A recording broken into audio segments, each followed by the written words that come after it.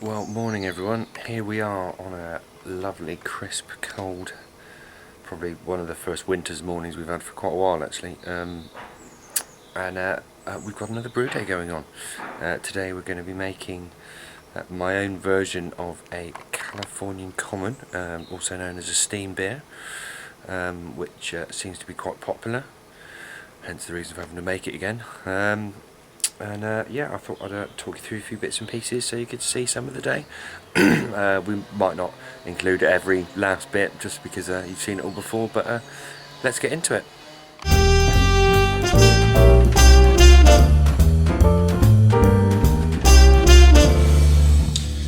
Right, so here you go. Here's the vital stats of what we're going to be making today. Just while the water's just nearly finishing heating up, just weighing out the main specialty malts that will be going in here. So obviously good old crystal malt. It's quite a dark beer, this one, with an interesting kind of biscuity bite to it. So we've got some Victory in here, some Munich just to add a bit of extra body to the main Marisotto that goes in. A little bit of leftover Victory that I'm going to put in there as well. So I'm going to get this weighed up. Also going to just do a quick water check against the beer type, so I might just show that quickly. But let's get this weighed up and get on with it. Hi everyone, I just thought I'd just show you a quick water check that I did. I tend to use a Brewer's Friend, which is quite good. I have all my my water volumes pre-loaded in here, so you can see the water volumes. I've already gone away to my local water company and got all of my my water report information. You're then able to go in and select the profile of what it is you're trying to produce. I've just gone for balance profile. I tend to find that works best with the steam that I'm making. Not particularly hoppy beer, so I don't need to try and accentuate or bring anything like that out. And obviously doesn't really fit with any of the kind of Burtonized or the Dortmunds or the London styles, obviously being from California. So a balanced profile seems to work. Inputs all of the mineral profiles you're looking for there. Tells you where your mismatches are in relation to your water and the water target you're looking for. Here you can this is where you do your salts and your mineral additions. Gypsum, Epsom salts, calcium chloride, lime, what have you. You've got this update calculations here that remind you to update as you make changes. Here you make any changes or additions as you instructed a little bit further down to correct your pH.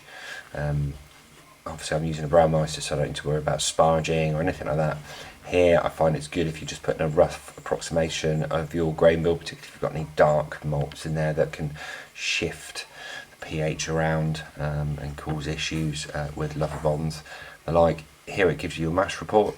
So this is your mash pH based on water and additions. Obviously you're looking for between 5.2 and 5.5.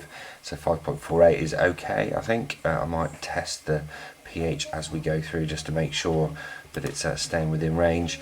And then here's the overall water report, which is saying everything is normal and in range. And obviously that is based on me adding 4 grams of Epsom salts, 2 grams of calcium chloride, which is nigh on 1 teaspoon and half a teaspoon. So I shall add that to my mash to give me the right water profile I'm looking for. Happy days. Just thought I'd show you my chemicals that I use. So I generally find I have to use for most of the styles that I make. So bicarb of soda,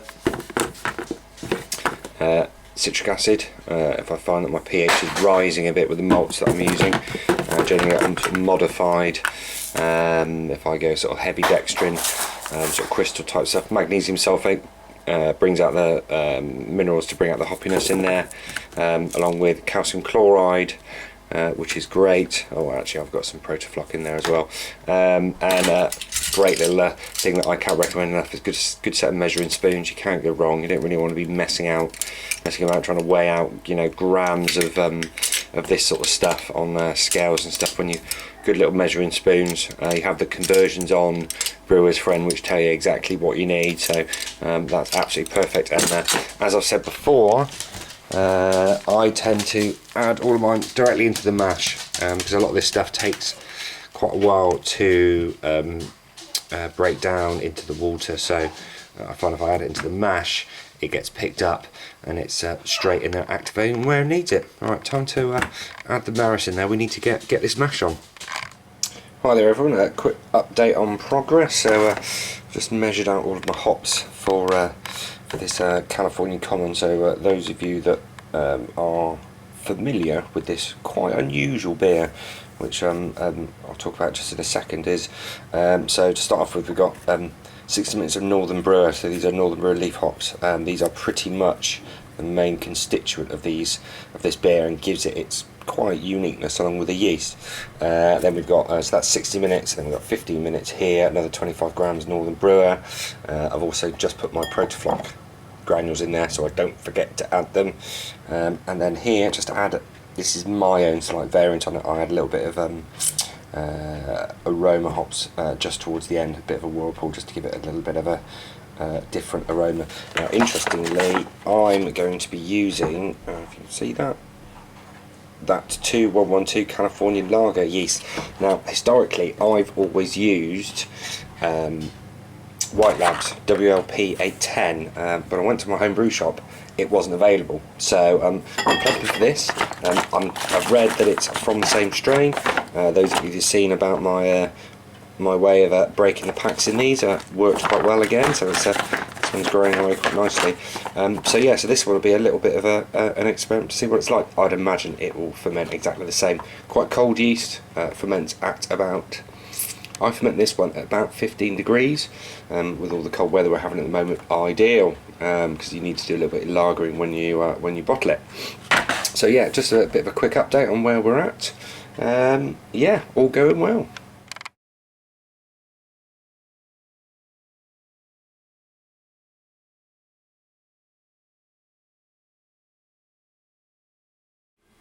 Well, I do have a brew fridge, and it's worked very successfully for probably a year and a half.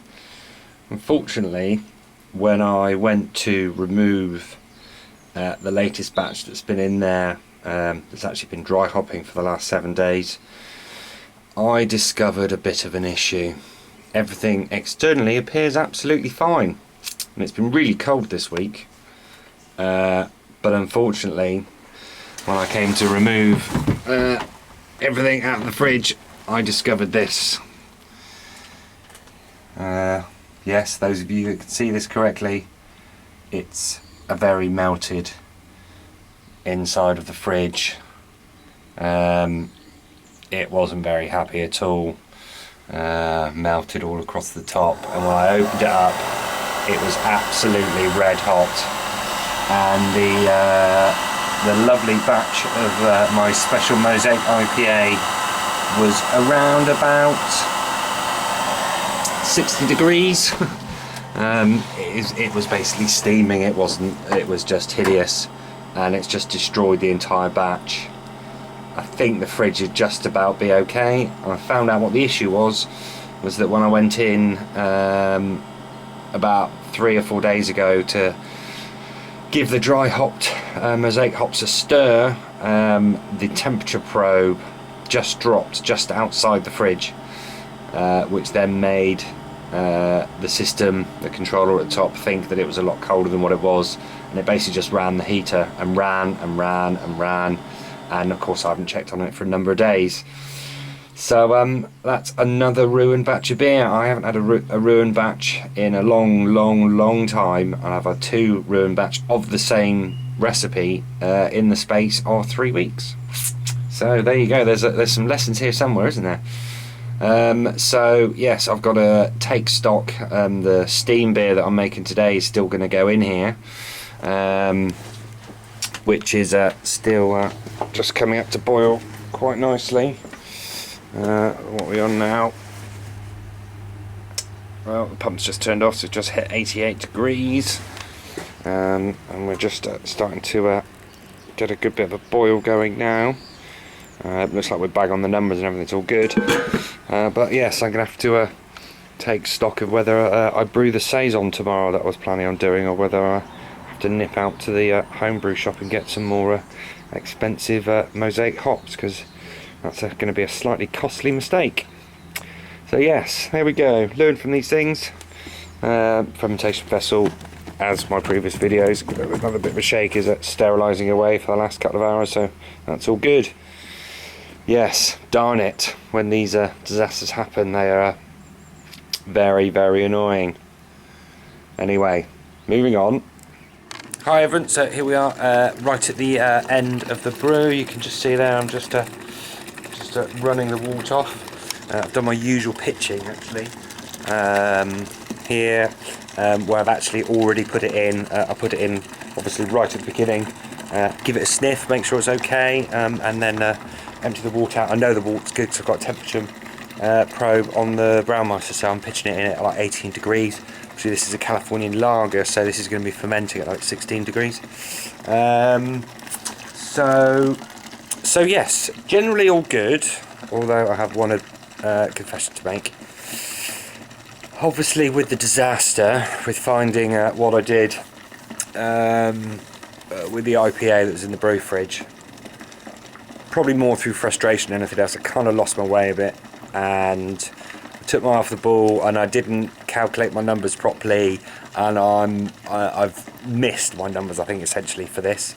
I'll be interested to see how this comes out. So this should be coming out at like 4.5%, but it looks like on the reading that I've been taking it's going to be coming out at sort of 4, although I seem to recall that the other yeast does tend to ferment, attenuate quite well, so it might come out a little bit better. Colour looks a little bit light to what it should be, but we'll see. So yes, again, another lesson learnt there, which is no matter what happens throughout the day, keep your concentration, stick to the plan, because yeah, taking your eye off the ball in that sort of sense can lead to these sort of issues. So I don't think it'll be much of an issue. It just won't have the alcohol content. It might be a touch lighter, but then again, that'll be quite interesting, because I'll be interested to see what it comes out like, being that little bit lighter but not attenuating as much.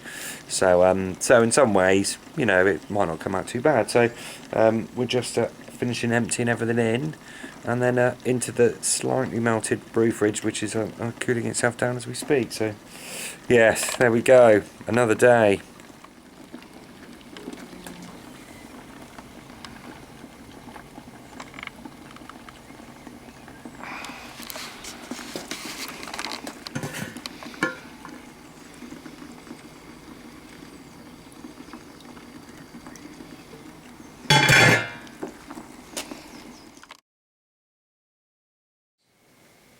Well, hi there everyone. I just thought I'd just add a little synopsis at the end of that video there.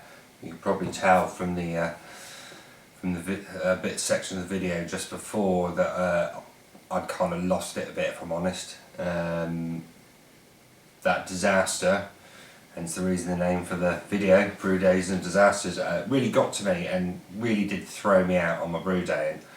And as I mentioned, there's definitely a lesson or two there, I think, in sticking to your plan and keeping yourself together when you're faced with moments of disaster and jeopardy throughout your brew day, which we all are at time to time. Let's be honest, we've all had those critical points in your brew day, and to a certain extent, even with the best equipment in the world, brewing could be very, very unforgiving at times. I just thought I'd explain a little bit about what went on there, because I wasn't all that descriptive about what happened. So the discovery of that IPA, and seriously, I cannot get across how hot 20 litres of IPA can be, and the smell that was coming off it was actually quite nice, because it was so hot and it was steaming, giving off all this wonderful mosaic smell. And the thought even crossed my mind for a little while that, you know, it might be able to be saved, but no, it couldn't, let's be honest. Yes, it really threw me, and I got tied up in kind of cleaning that up, worrying about, you know, is the brew fridge going to be okay, and what have I done, and you know, that's like 20 odd quid, 25 quid's worth of hops and ingredients and yeast gone down the pan and all this, that and the other. I actually missed topping up my water kind of pre-boil. So I've got a process and a calculation I do, which is pretty rudimentary but works for that Braumeister, where I know how much more water I've got to add to allow for absorption into the grain and this, that and the other, because I don't generally sparge or I haven't sparged with the Braumeister because you just don't generally have to, and I get all the efficiencies I need. So I missed the opportunity to add my pre-boil volume to bring the volumes up for the boil. And so because of that, I stupidly thought I should add the water kind of a quarter way into the boil. Now, one thing I learnt with that was that you can't really quite tell your volumes to your markers all that well. So two things happened. A, I over added water, so I added too much water to get up to the volume I thought I should do, which did two things. A, I added too much water, which also didn't take into account that I'd lost, you know, at least a quarter of the boil time, so the evaporation rate to have the right strength and IBUs and what have you. But then also what I did, hadn't really thought about and hadn't really occurred to me, I've never seen before with the Braumeister, and this is one for you guys that have that will have Braumeisters that have this kind of automatic control as such, was it dropped the temperature of the water enough that it took it enough away from the boil temperature that actually the timer stopped. So what happened was the system kind of tried to cope, and it saw the temperature die because I'd added so much water. So it stopped the timer but then continued to try to boil. Now, what this appeared to do was kind of confuse the system, and when it got back up to boil temperature, the timer didn't restart, or didn't restart correctly. So actually I started to lose my alarms or reminders for adding the right hops at the right time to get the IBUs. There's not a lot of hops to add in this this version of steam that I make. Is I think you might have seen in the recipe, it's mainly Northern Brewer hops, and I've got a few American hops that I add just at the back end, so I think it adds a little extra interesting dimension to it. So it was basically a compound of silly little errors and not really thinking it through that kind of got me to the end. So yeah, so you know, there's definitely something to be learned there. And so what I thought I'd do is just to explain that a little bit more and actually just end the video off with an actual tasting. Now, I've tasted a couple of these already, but I thought I'd open one up and show you guys the sort of outward effects, as it were. It's still pretty good, but it's not quite what I would normally expect or normally get, but it's given me an interesting variation on it. So it's not bad. Those of you that have made steams before will kind of know what to expect with this. Quite a dark beer-ish, with a really interesting kind of malty, lagery character. This one's definitely come out a lot lighter. It's a bit more sort of pale, a bit more opaque. Still got good head to it. It's still got that Northern Brewer kind of aroma and taste.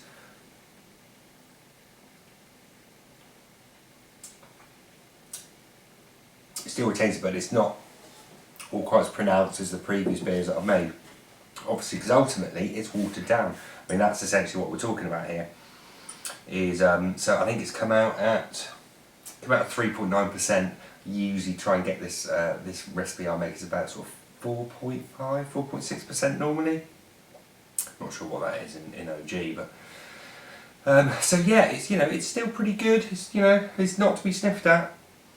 And you know, would you be disappointed if you'd made that yourself and, you know, you forced yourself to drink kind of 30 bottles of it, 35 bottles? No, probably not. I'm alright with it.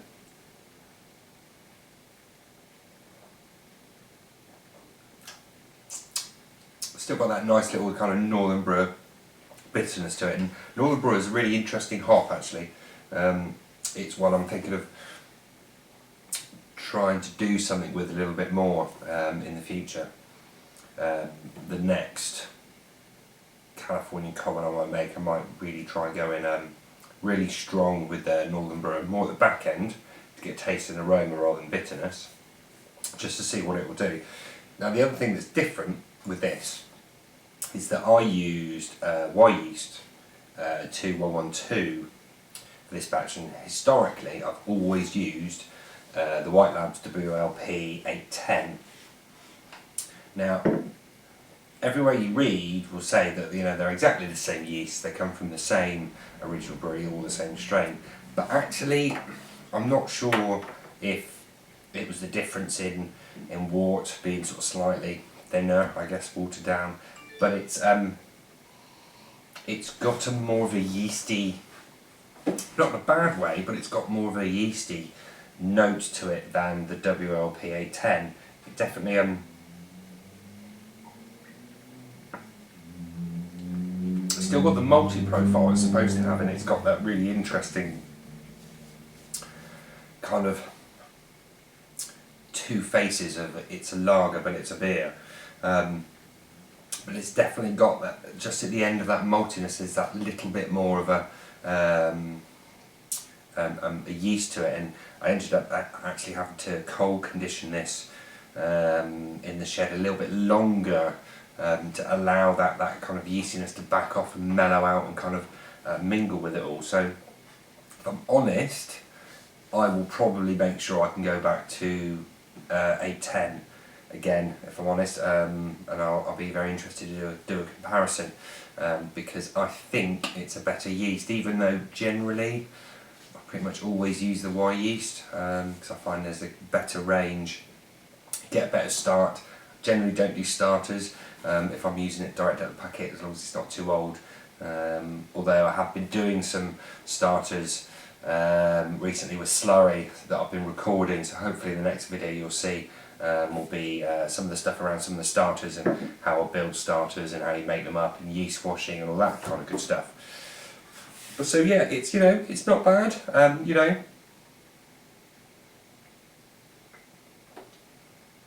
not going to stop me making it, it's not going to stop me drinking it.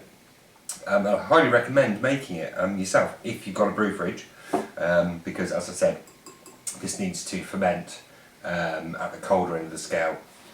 I was talking to someone on the Homebrew forum, those of you that are in the UK that are not with it, or even across the world, Homebrew forum t-shirts. I'll stick the website address down across the bottom. You can access it via Tapatal. You'll see me and quite a few of the other guys on there. Really good forum, really helpful, friendly lot. Come in, join us. The water's lovely, and let's talk some crazy stuff about homebrew. But yeah, about fermenting this at normal temperatures, not recommended. You've got to be fermenting this around the sort of 14, 15, 16 degrees for a good 2 weeks. Add a bit of time on there for a rest to get your diacetyl out, and then bottle it. And a good kind of cold conditioning time really makes a big difference. And that was one thing I learned with this, with that yeasty note that I found in it, was a good couple of weeks of cold conditioning. Not super cold, not like lagering, but cold conditioning makes a real big difference. And I've been doing that with a lot of my beers recently, and that's made quite a big difference. So yeah, that's what I thought I'd just explain a few bits and pieces at the back end there. Hope you've enjoyed the video. Post some comments down below.